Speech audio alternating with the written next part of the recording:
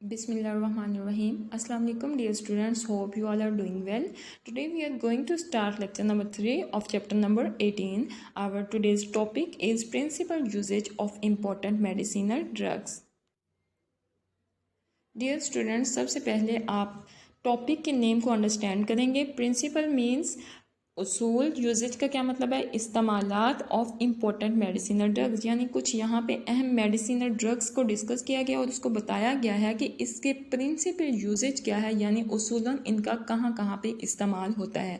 सबसे पहली जो मेडिसिनल ड्रग्स है वो कौन सी है? एनाल्जेसिक. बेटे एनाल्जेसिक ऐसी मेडिसिन होती हैं जो जिनको हम लोग पेन किलर्स का नाम भी देते हैं. पेन किलर्स यानी ये मेडिसिन पेन को, किसी भी जगह पे होने वाली पेन को ये रिड्यूस यानी कि कम करने के लिए ये इस्तेमाल होती हैं. इसमें कौन कौन सी एग्जांपल डिस्कस की हैं? Aspirin and paracetamol. बेटा इसके बाद second one is antibiotics. Antibiotics के बारे में आपने पहले भी पढ़ा होगा. एंटी का मतलब होता है अगेंस्ट, बायोटिक्स मतलब बैक्टीरिया के अगेंस्ट काम करने वाली मेडिसिन को किस चीज़ का नाम दिया जाता है? एंटीबायोटिक्स का. बेटे एंटीबायोटिक्स क्या करते हैं? इनहिबिट और किल बैक्टीरिया, यानी कि ये इनहिबिट का मतलब होता है स्टॉप करना, रोकना.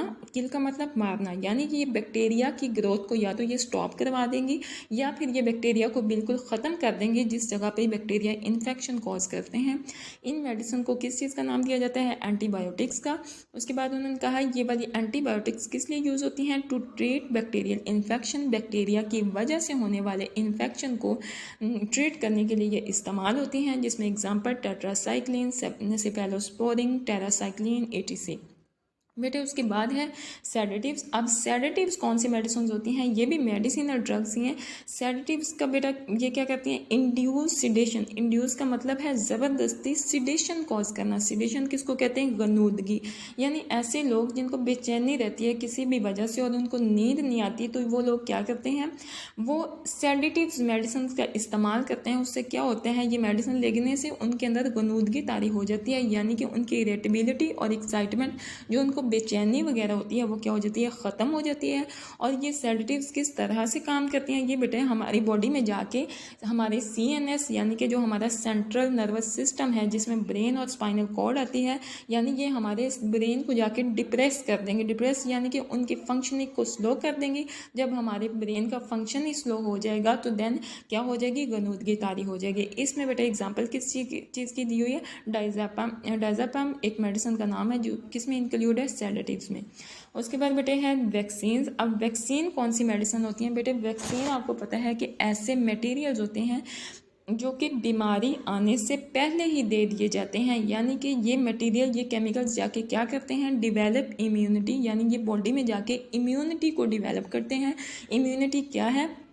क़ुव्वत मुदाफ़त, यानी कि जो हमारा इम्यून सिस्टम है उसको एक्टिव कर देते हैं कि अगर इन किसी बैक्टीरिया और वायरस की वजह से कोई इन्फेक्शन या कोई बीमारी आती है तो वो पहले से ही हमारा इम्यून सिस्टम उस बीमारी के ख़िलाफ़ लड़ने के लिए तैयार हो जाता है. इसमें बेटे एग्जांपल दी हुई है, जैसे कि वैक्सीन किस लिए यूज़ होती है? अगेंस्ट स्मॉल पॉक्स, यानी जो चीचक की बीमारी होती है उसको स्मॉल पॉक्स का नाम देते हैं. हुपिंग कफ, काली खांसी के लिए वैक्सीन दी जाती है. हेपेटाइटिस के लिए वैक्सीन दी जाती है. इसके लिए कोरोना वायरस आप इसमें लिख सकते हो. मम्स के लिए यूज़ की जाती हैं, मीजल्स के लिए यूज़ की जाती हैं, पोलियो के लिए यूज़ की जाती हैं. तो ये सारी जो वैक्सीन है बीमारी आने से पहले ही ये दे दी जाती हैं. उसके बाद बेटा ये 3 ऐसी मेडिसिन हैं जो आपके बुक पे साइड पे लिखी होंगी. Antiseptics, disinfectants and antibiotics. इसमें आप लोगों ने डिफरेंस बड़े अच्छे से समझना है क्योंकि ये बोर्ड के पेपर में MCQs और शॉर्ट क्वेश्चन के लिए बहुत ज़्यादा इंपॉर्टेंट है.